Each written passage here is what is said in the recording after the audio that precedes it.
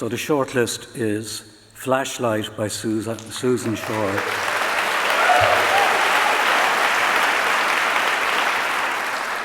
The Choi's are in. The Loneliness of Sonia and Sonny by Kieran Desai.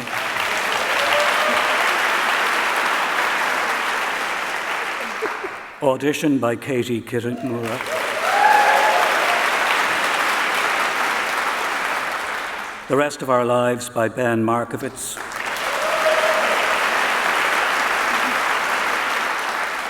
The Land in Winter by Andrew Miller.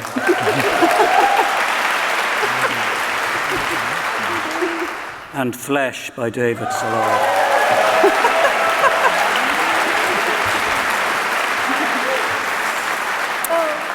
I was asked to ask you to give a round of applause, but that seems a bit silly, seeing as your hands are probably bleeding at this stage. Can we have a round of applause for the shortlistees, please?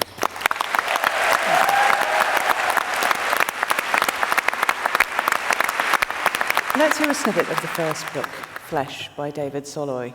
In this extract, the person described as the Hungarian protagonist, István, now transplanted to London. I'm going to welcome Alfred back to read to us. Thank you very much.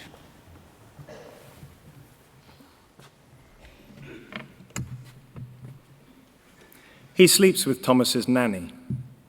She's Canadian, about 25, and also lives in the house, in another small flat at the top of the service stairs. It just sort of happens. One evening they arrive home at the same time. She's drunk. She asks him if he wants another drink in her flat. The next morning she says to him that was a mistake. Okay, he says. He walks across the landing to his own flat and has a shower. It's a rainy Sunday. He likes the sound of the rain on the roof windows, especially in the morning on a day when he doesn't have to go anyway. Thank you.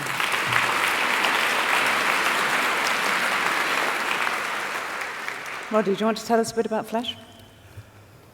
Oh, it's episodic. It's the story. It's the life of a man. I don't want to give too much away. It's the life of a man told episodically, starting when he's, I think, 16, and then I can't remember how many episodes are, but he moves to London. He starts off in Hungary and he moves to London, and it's just, it's not so much what the story's about, it's the way the story is told. An example being, there's no description in any form of the sex in that episode that Alfie just read, but we know it was a mistake because the woman said it was a mistake. And there's an earlier piece where we know that he was crying because somebody tells him to stop crying. Mm. And it's almost the absence of the character that's quite extraordinary. That links a little bit to a completely different exploration of literary form, Audition by Katie Kitamura. I'm going to ask Louise to read to us. Here, the narrator is a 49-year-old actress who's preparing to star in a play, and just for context to what Lou's going to read, Anne is the director, Max is the playwright, and Xavier is a young assistant who has recently stunned the narrator with the news that he thinks he may be her son. Lou, welcome back. I need to call Thomas, I said, and Anne shook her head. Her eyes had gone up to the theatre doors, and when I turned, I saw that Max and Xavier had returned. I looked at Xavier, at his calm and placid face, the reassuring smile that he seemed to give me, and to my surprise, I felt a starburst of longing. I was about to get to my feet when Anne snapped her head back to me. "Not now," she said, and her voice was surprisingly firm. She clambered up onto the stage, coffee in hand. She set the cup on the ground and then straightened to her full height. "Okay," she said, and she clapped her hands together once. "We've wasted enough time. We begin now."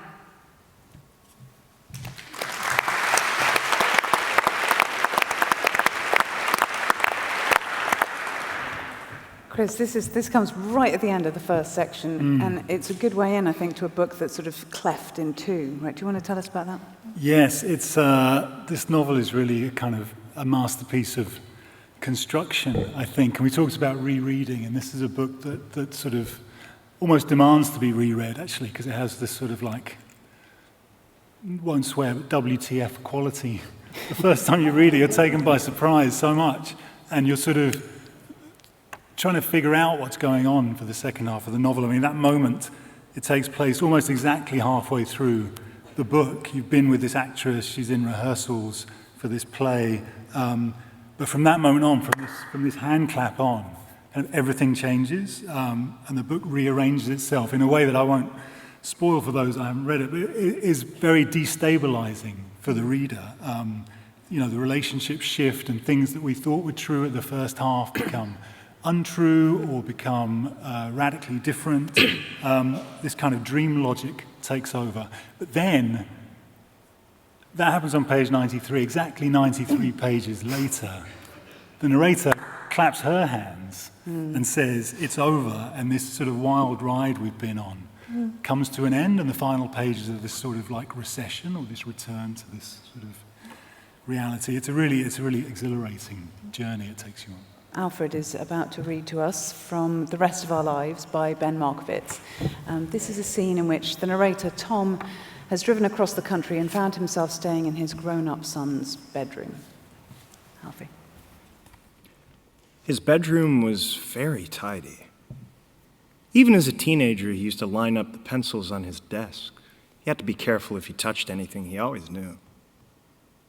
There was a ficus under the window and a large terracotta pot and a stack of New Yorkers on his bedside table. The mattress was on the hard side, and it took me a while to fall asleep. I could see the light from the living room under the door, and later, much later, heard him talking quietly to someone on the phone. It was I don't know how to describe it. The sharpest taste I'd had in years of what it felt like to be young.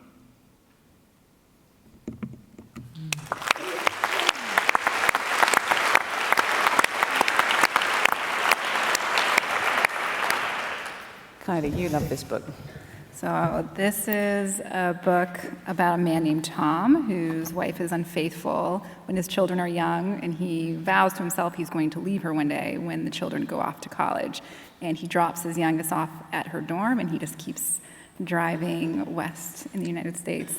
I would venture to say that this is the warmest book on the shortlist. It's incredibly warm and tender, and one of the many things I like about it is there's so many ways to read this novel. It's a book about marriage. It's a story about being sick. It is a basketball novel, which I love. And structurally, it's a road trip novel, which inevitably means it's a book about saying goodbye, and it's just really well done. And this book in particular, for me, grew so large on the second read. Like, we learn about Michael, Tom's son, and the first time when you're reading so quickly, I almost missed him. And then the second time, he just became so fundamental to the story that was being told. It's just a really, really wonderful book. Yeah. I think we're going to move forward, if that's okay. Next, we have Flashlight by Susan Choi. Louise is going to read from a section in which Anne is remembering an evening when she and her husband, Cirque, were on the coast of Japan just before Cirque disappeared. Koreans called it the East Sea because it lay to their east, while Japanese called it the Sea of Japan. This long-forgotten piece of geographic trivia unexpectedly dawned in Anne's mind. Cirque had told her this. On a rare night, he hadn't left her alone with only the radio for a companion. What had made him stay with her that night? The two of them, as they rarely were, seated together outside on the cracked little apron of concrete, separating their door from the street, on the far side of which was the sea wall. How can Anne only now be remembering this? What else had Cirque told her that might have seemed unremarkable, dull even, for not being cast in relief on the background of his days away death.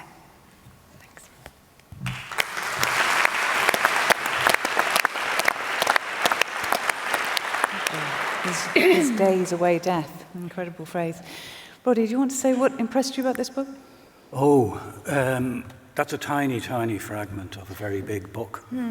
Very big books are, they're not always, but often daunting, And this one I felt particularly, it took me a while to accept it, but once you do, it becomes a 19th century novel in the best sense of that phrase, and it just feels that everything is in it. It's about a family, but it's a family not unusually, I suppose. You could say at one level an American family, but actually it's an American, Korean, Japanese family. And it spans, the Pacific Ocean and a point of the Pacific Ocean. And it's a generational thing as well, because I think it covers about 60 to 70 years. So we have the characters aging. It's the most extraordinary book, because that little extract hints at something very unlikely is going to happen.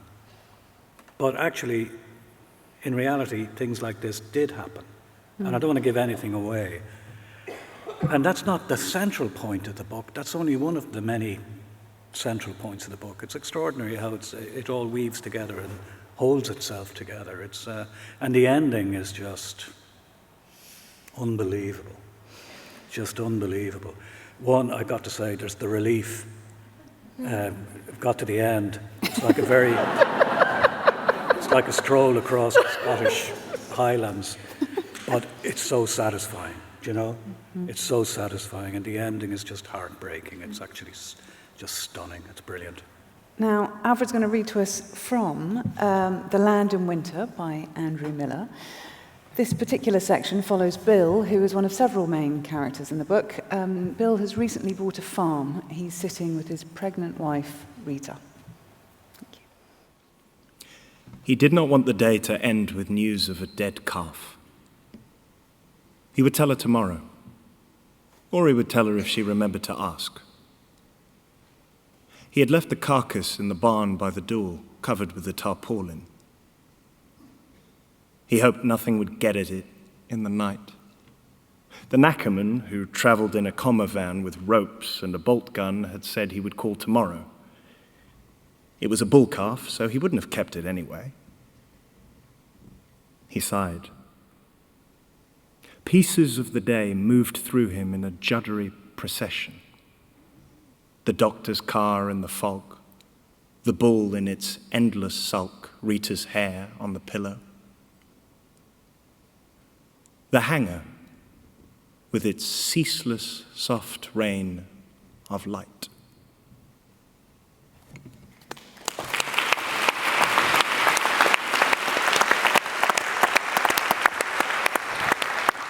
Beautiful. These are very short extracts, but I think you can tell even from that, the texture of the prose. I mean, SJ, you love this book. Do you want to say? I mean, they all loved all the books. I don't know why I'm saying that. We loved all the books. We love the books that aren't here with us. Well, I know, that's true. But I remember you being instantly Yes. drawn to this. Do you want to say a bit? Yes, I do. So this was, the box arrived December 23rd, and this was one of the first books. It was a very early read, and so this were the first days of the Booker judging honeymoon, and I thought, oh my God, how thrilling. This level of talent, this assured writing, this is what it is to be a Booker judge. And I was trying to reach out to anybody to see if they had yet read it, and I soon became familiar with that feeling as well. But I just swept through Mr. Miller's graceful, atmospheric, and enormously satisfying book. And I think we've been saying that it's the simple act of reading the book that gives the reader so much joy. It's set in this brutally and historically cold winter in a small town in England, outside London. A dark and recent history blankets, only less heavy than the endless snow, its own chill. There are these big, gorgeous themes that loom so large: the war, the Holocaust, sort of barely arrived but present consciousness about around sexual politics and marriage, love, and it's so careful. Those themes are so spare in mention, but they're felt and known through these extraordinary characters, and it's just such a deft and spare hand. And the delicate prose with vivid observations that make each character so powerful, no matter how many pages they live. And the writing is just meticulous and beautiful. Yeah. So we're coming to the last of the shortlisted books, The Loneliness of Sonia and Sonny by Kiran Desai. And Louise is going to read a section in which Sonny's mother, Babita, reflects on some of the cultural contradictions that the novel as a whole is concerned with. Thanks. It had become something of a fad for Indian children who'd achieved an American life to treat their parents to an Alaskan cruise, to allow them to experience for a week what they'd bequeathed their children for a lifetime. The bliss of being able to pretend they were not Indians and that India didn't exist. Where they might see enough white people and empty white landscapes to convince them this was so. What was so odd, Babita reflected, was that this striving to escape India felt patriotic. If you were a worthy Indian, you became an American.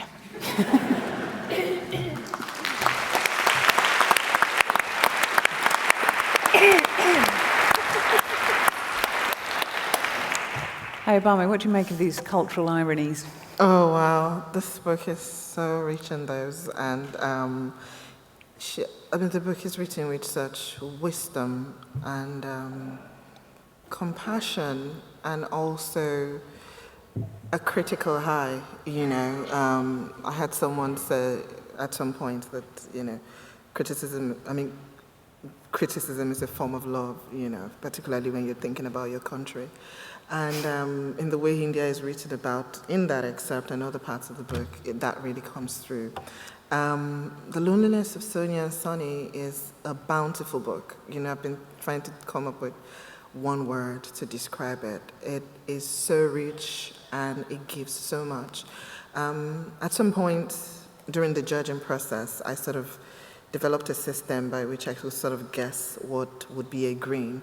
At the end of the month, I would sort of think about the books. But one way that I would sort of know I think this might be a green is when I finish it, I would give it to my husband and say, you have to read this one. And now he has like 30-something books he has to read. But with this book, I was halfway or maybe less than halfway through when I knew this is something really extraordinary and special. And it's about Sonia and Sonny, the title characters, and several other interesting, compelling cast of characters. Delightful, vexing Babita is one that I particularly like, but all of them unforgettable. And it's a book that travels between countries. There's America, there's India. It travels between genres. It's funny, it's heartbreaking, it's poignant. It's a book that's teeming with ideas. It's a difficult book to describe because it's one that feels like 5 books, not just because of the size, but also because of all that it's doing at once, and yet it feels that this is one book. It all had to be in here. It's a remarkable achievement. I can't wait to read it again.